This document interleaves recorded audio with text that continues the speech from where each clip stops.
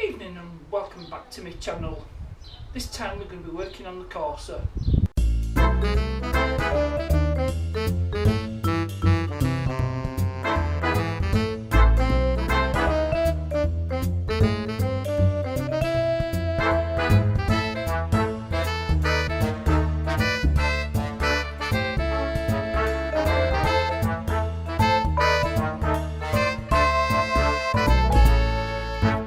Now, since I changed the engine in this car last year, it's not run.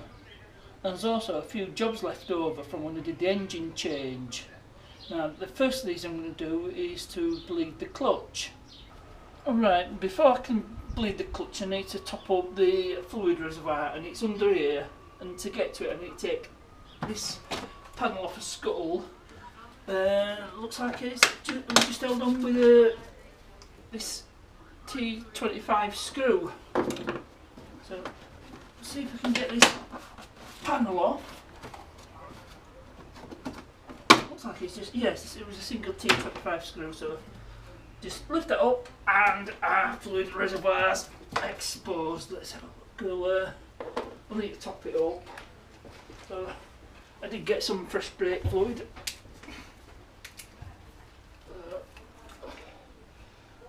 Get it cracked open. And I'll just get this brake fluid. I'm trying not to spill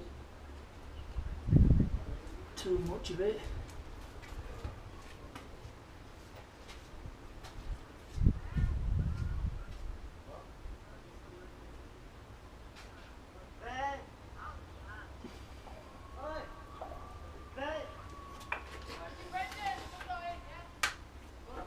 And I better wipe up the fluid that's spilled. Brake fluid on the paint. That's a good paint stripper.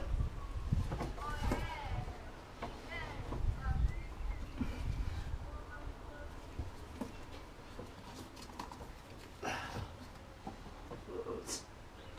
think I've got it all wiped up. I'll leave the cap off and I'll show you the slave cylinder. Right, I've got myself one of these one-man brake bleeding tools. You just put it on the end of the nipple, then you loosen the nipple and just pump the fluid through, and the air comes out through the non-return valve, so it gets all the air out. So I'll just see if I can show you the slave cylinder. If you can see it down there, I've already got my brake spanner on, so I'll just put my bleed pipe on, then we can crack it open and get the air out of the system, because I had to disconnect the hose when I took the engine and gearbox out. Okay, I've got it in place. It's going into this plastic bottle. So once I undo this,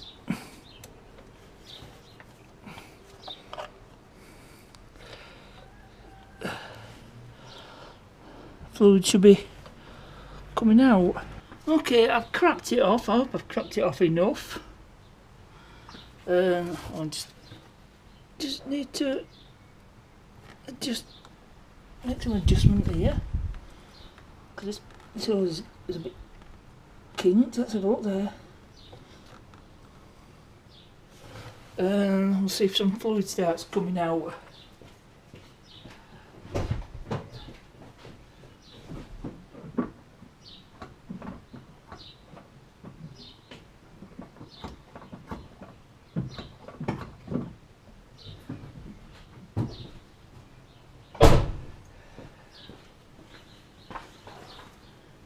No, nothing so far. And I'm getting a 11mm spanner on it. It's a normal 11mm spanner.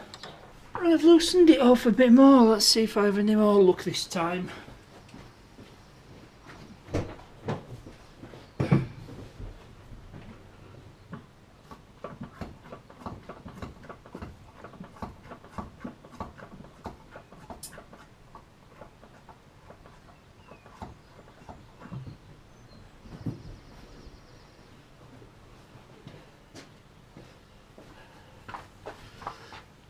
Oh yes, fluid's coming out.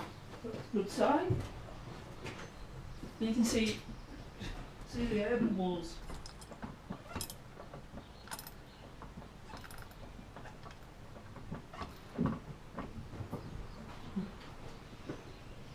And the thing is, you just keep pumping the pedal until there's no more bubbles in the fluid, and the non-return valve stops them going back. I just check the level, fluid level. Yeah, I'll just pump a bit more out.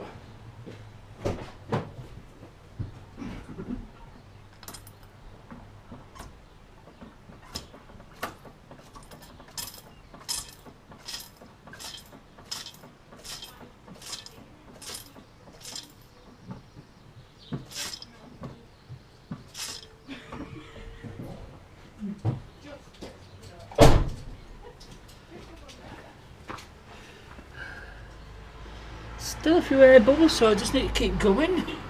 Just check the fluid level, that's fine.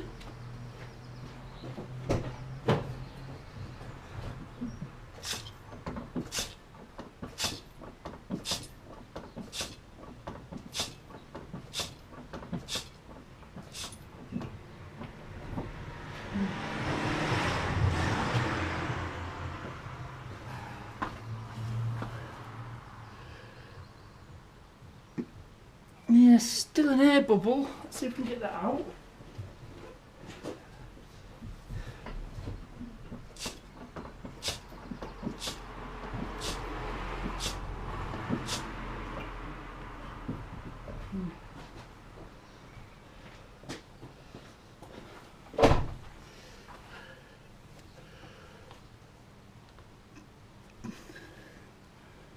Right, well I'm happy there's no more air in that fluid, so we'll get that tightened up and then we'll test the clutch pedal again. You can see fluid that's come out. It's not looking too bad actually, but air's in it, no good. So I'll see you in just a sec. Right, that's that done. There's the old fluid that I've bled out. It didn't need much. And this bleeding kit, it's only £5 from Alfred's. I can put a link in the description below if I find one. Right, let's see what this clutch pedal's like. Let's get in the car. And let's have a look. Yep, that feels good. So that's one job off the list. Okay, next job is to sort out the gear linkage, which is I'm going to point to my finger there. It's a 6mm Allen bolt. See if I can get it loose, and then we can get it adjusted up.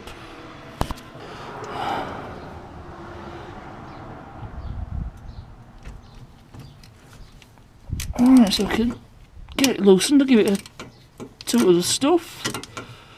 Right, so that's it loosened, and I managed to drop my bait. I'll have to retrieve that later on. Anyway, let's see if I can get this adjusted up. Just get the gear lever in the right place. Last time I tried this, it just popped straight out. So I'm just hoping I've got it in the right spot. So we'll just tighten it up and we'll see where we're at.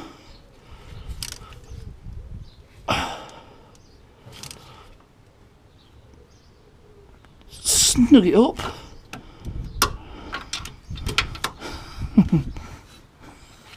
And the bit is wedged. Just,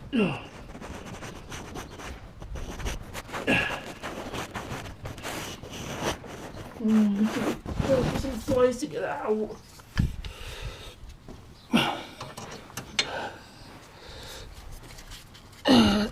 The lambda sensor doesn't help, so get in the way. Real lambda.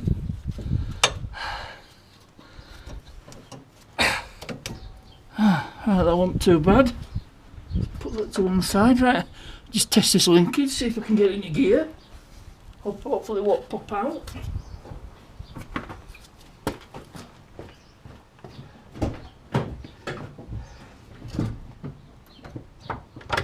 First, second, third, fourth, fifth, and then reverse.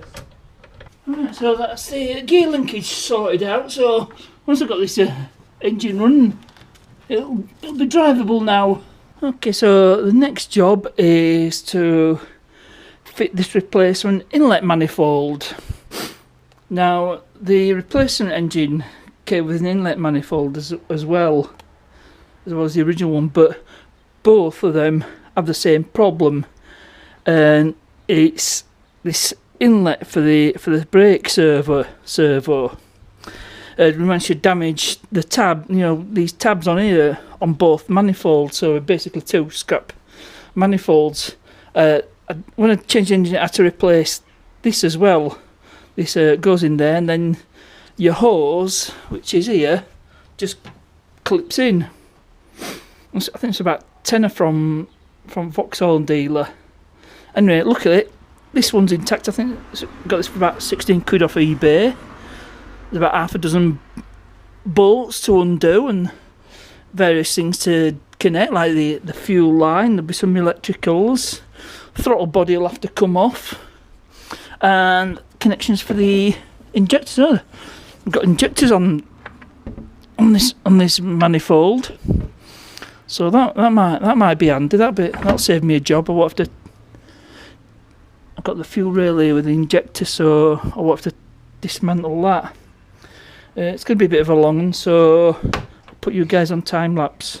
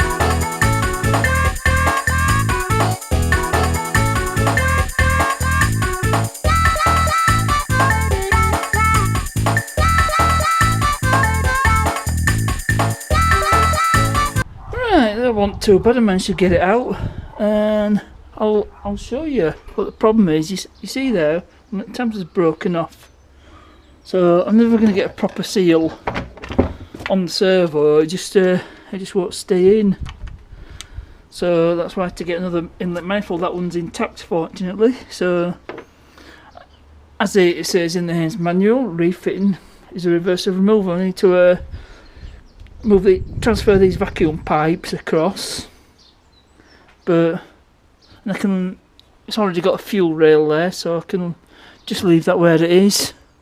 So let's get it refitted. I won't bother going through it all because it's just reverse taking it off. There's these 10mm bolts that bolt it to a manifold, and some wires that need clipping in. I've already put the ECU on the replacement manifold, and a couple of bolts for EGR valve, fuel line, and I think that's it really. So I'll get it fitted and be with you as soon as that's done.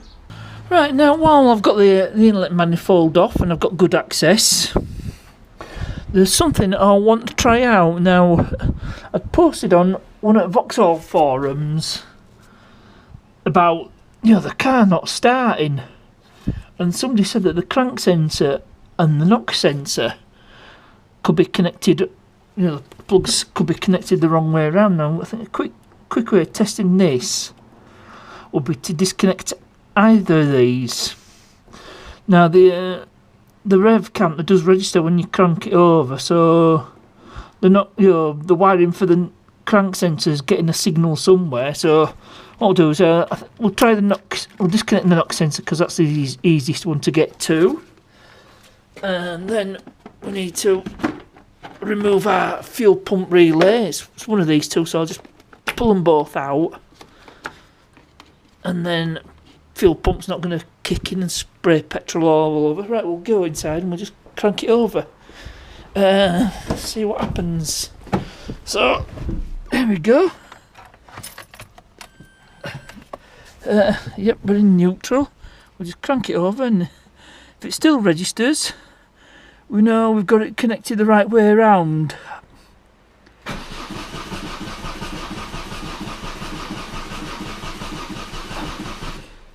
Right, well, I think we might have found the answer, because it's not registering. I've disconnected knock sensor. I think that was a wire for the crank sensor, so we'll try swap them over, see if that makes any difference. Okay, now before I plug them back in, I'm going to look at these wires here for the crank sensor now. One's grey and red and the other's grey and black, so I do have an actual factory wiring diagram, so I'll look it up and I'll just make sure we've got them right way around later on. Or I might put a caption up when I edit this video. Anyway, I'll get these wires back in. Alright, that's everything buttoned up. To be honest, I don't expect it to start, but I think I'll just give it a go anyway, just for hell of it. So just turn ignition on. Can you hear the throttle body? Right. See what happens or not.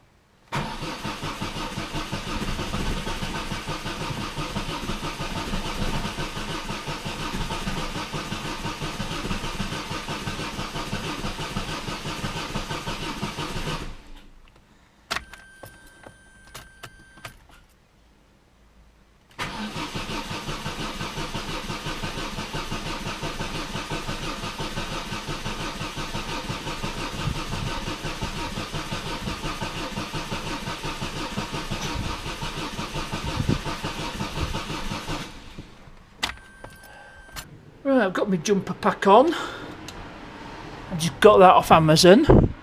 It's about 30 quid delivered. I can put a link to that in the description. Right, so we'll have another go at turning it over.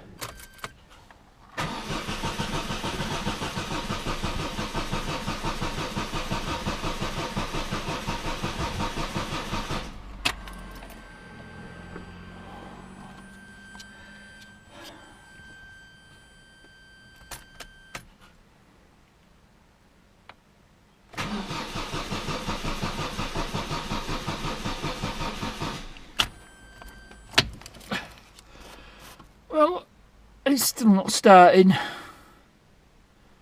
so we've limited. I've just checked the fuel rail and there's pressure in it, so it has to be electrical. So I can only assume there's no spark somewhere. So anyway, I'll leave that for another time.